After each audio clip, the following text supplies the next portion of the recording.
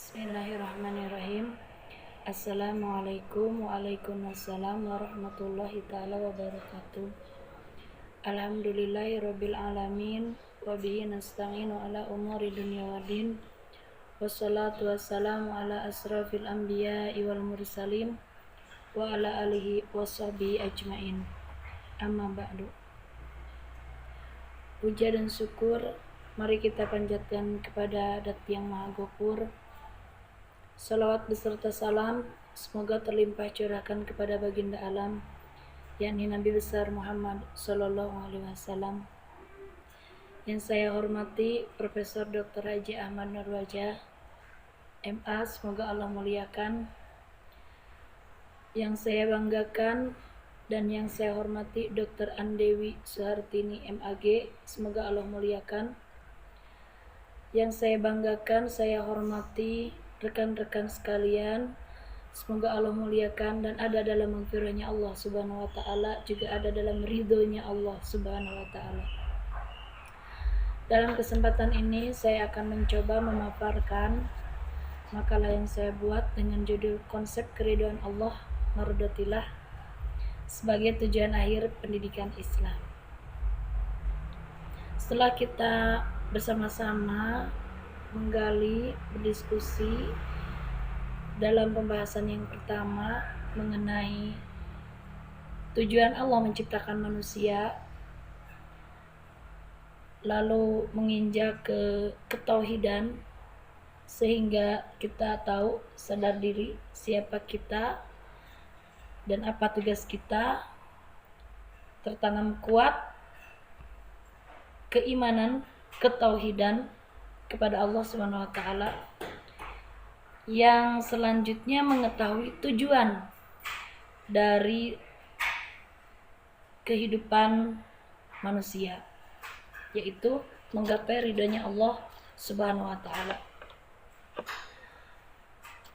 Dalam kesempatan ini, dalam konsep keridhaan Allah mardotillah sebagai tujuan akhir pendidikan Islam,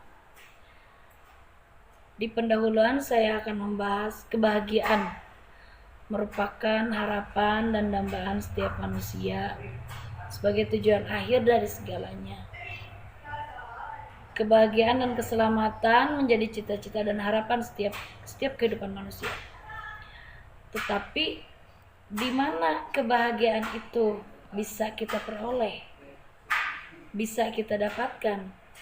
Sebagian orang ada yang berpendapat bahwa sumber kebahagiaan itu adalah harta yang banyak, harta yang melimpah,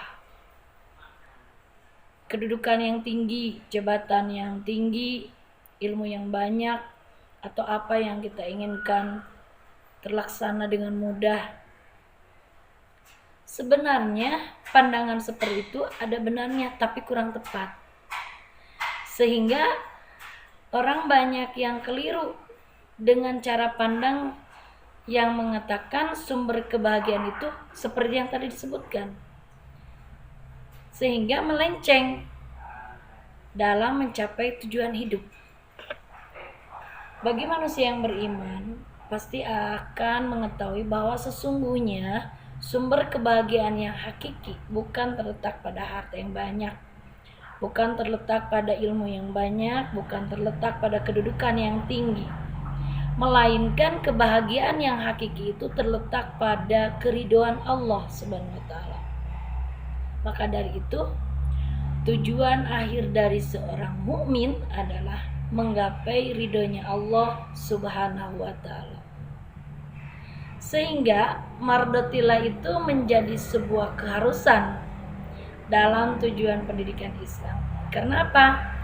Karena hakikinya tujuan pendidikan Islam itu adalah membentuk manusia yang berkarakter ibadur rahman, yaitu manusia yang memiliki komitmen untuk menyembah Allah, mampu memelihara keharmonisan antara sesama manusia dan dengan makhluk Allah lainnya. Sehingga karakter inilah yang akan mendatangkan ridhonya Allah Subhanahu wa taala. Keseimbangan ini merupakan benteng bagi manusia dari pengaruh-pengaruh negatif dari berbagai gejolak kehidupan yang menggoda ketentraman jiwa, yang mengganggu ketenangan hidup manusia, baik itu yang bersifat spiritual atau bersifat sosial atau juga bersifat kultural atau juga bersifat ekonomis maupun ideologis dalam kehidupan manusia. Dalil yang menjelaskan dalam Al-Quran surat Al-Qasas ayat 77, wabtagi fima atakallah darul akhirah, yang artinya dan carilah pada apa yang telah Allah anugerahkan kepadamu kebahagiaan negeri akhirat, dan janganlah wala tansa nasibaka minad dunya, dan janganlah kamu melupakan bagian dari kenikmatan dunia, sehingga kenikmatan yang diperoleh di dunia itu menjadi ladang amal untuk kenikmatan nanti di akhirat. Dalam tafsir Ibnu Katsir menjelaskan, maksud gunakanlah apa yang Allah anugerahkan kepadamu, itu berupa harta yang melimpah, jabatan yang tinggi, ilmu yang banyak. Gunakanlah untuk mencapai ridhonya Allah, untuk mencapai magfirahnya Allah, dengan berbagai amal, dengan berbagai ibadah, dengan berbagai kegiatan yang menghasilkan pahala di dunia dan pahala di akhirat. Wala tansa nasibaka minad dunya, dan jangan kamu melupakan bagian dari kenikmatan dunia. Jadi dalam doa juga, Rabbana atina fid dunya hasanah wa fil akhirati hasanah. Dunia baik, akhirat pun baik.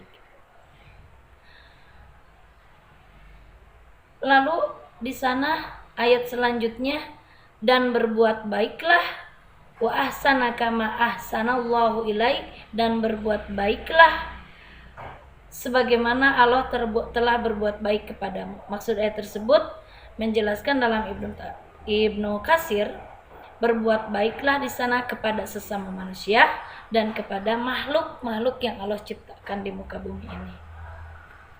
Itu sebagai pendahuluan dalam pembahasan konsep keridhaan Allah, mardotillah, sebagai tujuan akhir pendidikan Islam. Metodologi yang saya pakai merupakan kajian pustaka dengan menggunakan pendekatan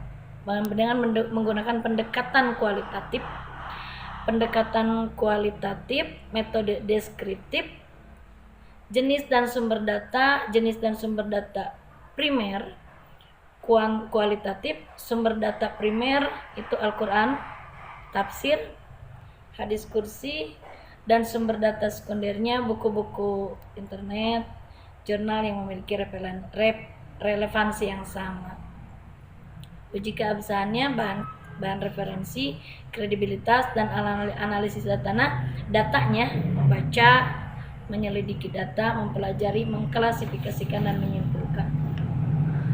Pembahasan yang akan dibahas di sini, pertama itu mengenai pengertian ridho, yang kedua keutamaan ridho, yang ketiga cara menggapai keridhoan Allah itu bagaimana, dan selanjutnya tujuan pendidikan Islam, dan untuk terakhir mardotillah sebagai puncak akhir dari pendidikan Islam.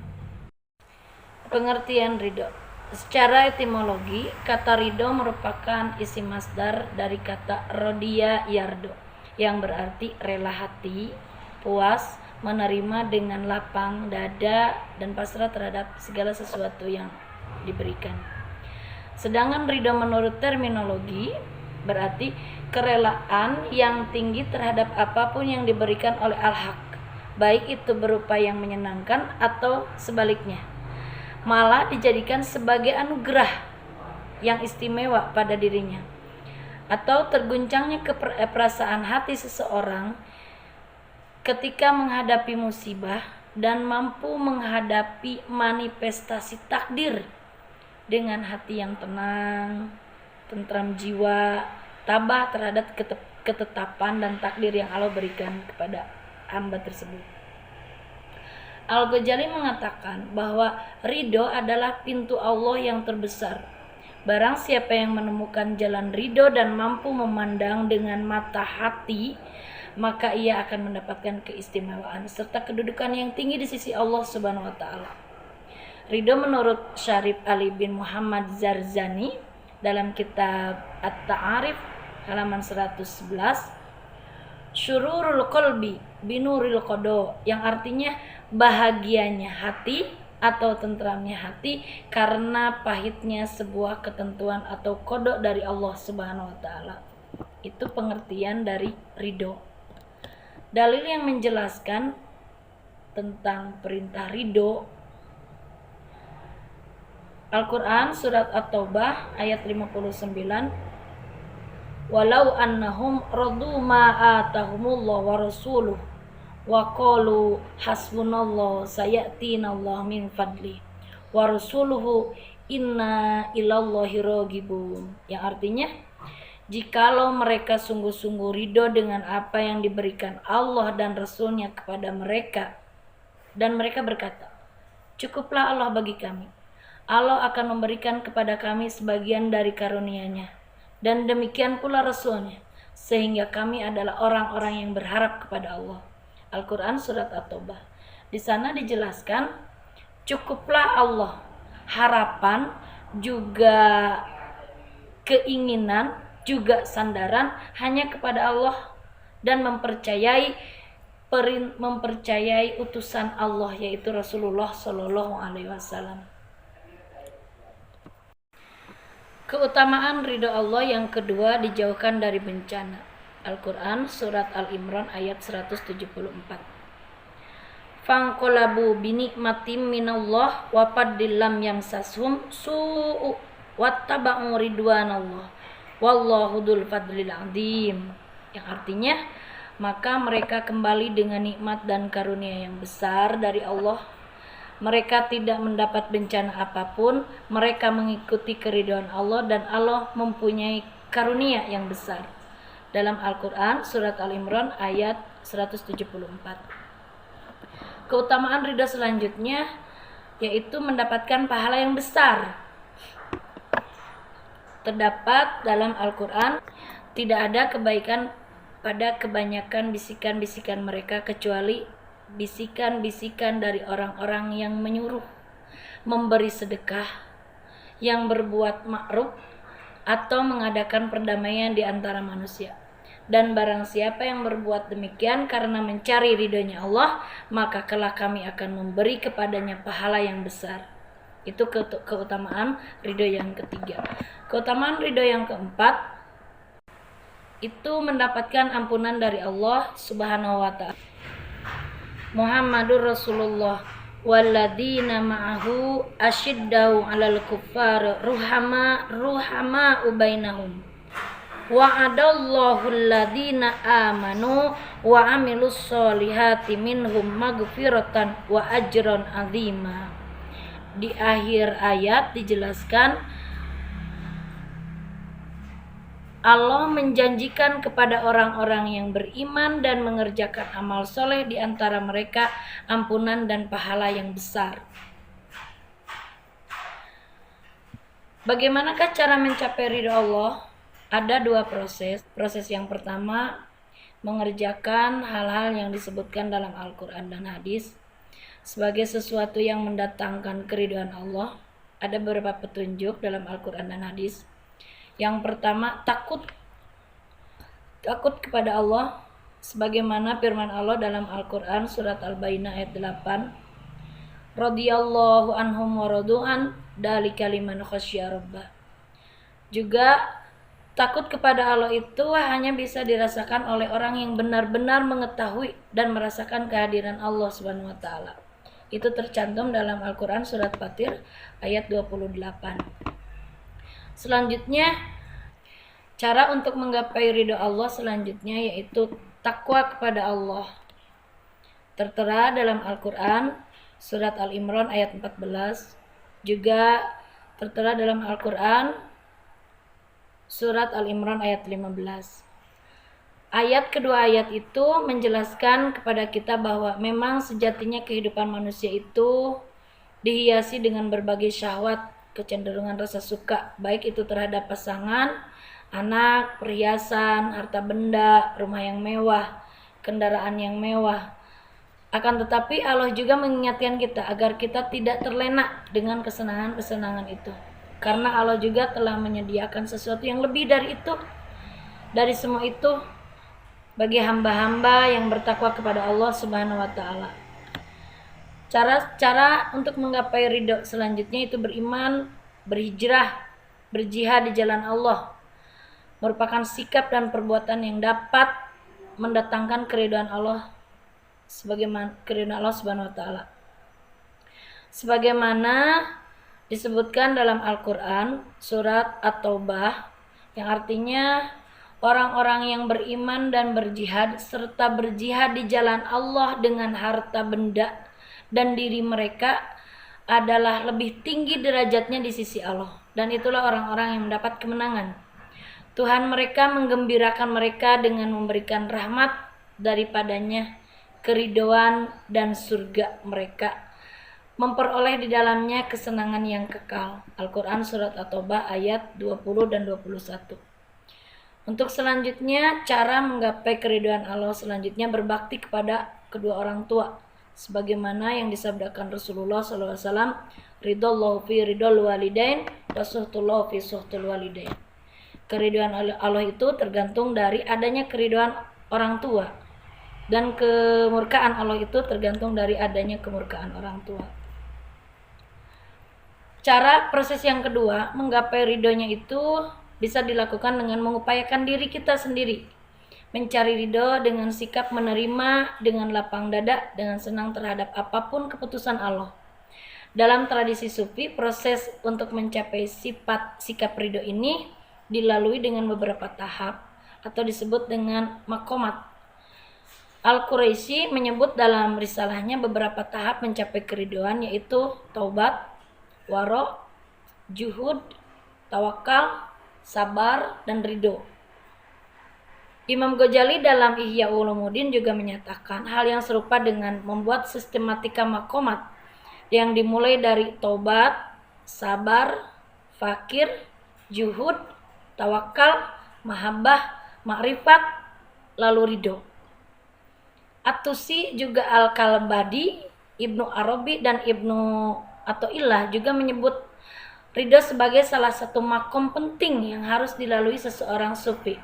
Hal serupa membuat sistematika makom yang dimulai dari tobat, sobar, fakir, juhud, tawakal, mahabbah, ma'rifat, dan ridho. Untuk selanjutnya, mardotillah sebagai tujuan akhir pendidikan Islam. Tujuan pendidikan dalam Islam adalah menjadikan manusia yang menyembah dan beribadah dan berserah diri kepada Allah, mengembangkan potensi dan mardotillah sebagai tujuan akhir pendidikan Islam. Jalal mengatakan bahwa secara umum pendidikan Islam bertujuan pada usaha mempersiapkan sosok penyembah Allah atau abid, yaitu manusia yang memiliki sifat-sifat mulia yang diberikan oleh Allah kepada manusia dengan gelar Ibadur Rahman. Mursi berpendapat bahwa tujuan dari pendidikan Islam itu adalah peningkatan manusia yang menyembah dan mengabdi kepada Allah dan takut kepada Allah Subhanahu wa taala. Dalam karyanya, Ahmad Tafsir menyimpulkan dalam buku yang berjudul Ilmu Pendidikan Perspektif Islam, tujuan umum pendidikan Islam itu adalah muslim yang sempurna, manusia yang takwa, manusia yang beriman, manusia yang beribadah kepada Allah Subhanahu wa taala. Berdasarkan penjelasan para pakar tadi, tujuan pendidikan Islam adalah menciptakan hamba Allah yang memiliki karakter yang soleh secara sosial dengan firman Allah Al-Quran surat Al-Furqan ayat 61 yang artinya dan hamba-hamba Tuhan yang Maha Penyayang itu orang-orang yang berjalan di atas bumi dengan rendah hati, dengan apabila orang-orang jahil menyapa mereka, mereka mengucapkan kata-kata yang mengandung keselamatan. Ayat tersebut menunjukkan bahwa dalam perspektif sosiologis, pendidikan Islam yang terkandung dalam Al-Quran adalah menciptakan sosok muslim yang mampu mengekspresikan dirinya sebagai seorang yang soleh di masyarakat. Dalam beberapa pendapat di atas, penulis dapat menyimpulkan bahwa tujuan dari pendidikan Islam adalah membentuk manusia yang memiliki karakter ibadur rahman, yaitu manusia yang tunduk dan patuh kepada Allah dengan menjalankan segala yang diperintahkan, menjauhi segala yang dilarangnya, serta mampu memelihara hubungan dengan makhluknya, dengan sesama manusia, dengan sekitarnya. Karakter-karakter tersebut merupakan karakter yang dapat mendatangkan keridhaan Allah Subhanahu wa taala, sehingga dapat disimpulkan bahwa tujuan akhir dari pendidikan Islam adalah menggapai keridhaan Allah Subhanahu wa taala, mardotillah. Simpulnya, setiap manusia ingin hidup bahagia, namun seringkali manusia keliru dalam mencapai sumber kebahagiaan itu. Kekeliruan itu berpengaruh pada kesalahan manusia dalam menentukan tujuan hidupnya. Bagi manusia yang beriman, dia akan menyadari bahwa kebahagiaan yang hakiki ada pada ridhonya Allah Subhanahu wa taala. Sehingga dia akan menjadikan ridho Allah sebagai tujuan akhir dari hidupnya. Hal ini memberikan implikasi pada konsep pendidikan Islam, yaitu dengan menjadikan mardotillah sebagai tujuan akhir dalam pendidikan Islam. Mungkin dari saya dicukupkan sekian. Apabila ada kesalahan, saya mohon maaf yang sebesar-besarnya. Usikum wa nafsi bitaqwallah. Wassalamualaikum warahmatullahi taala wabarakatuh.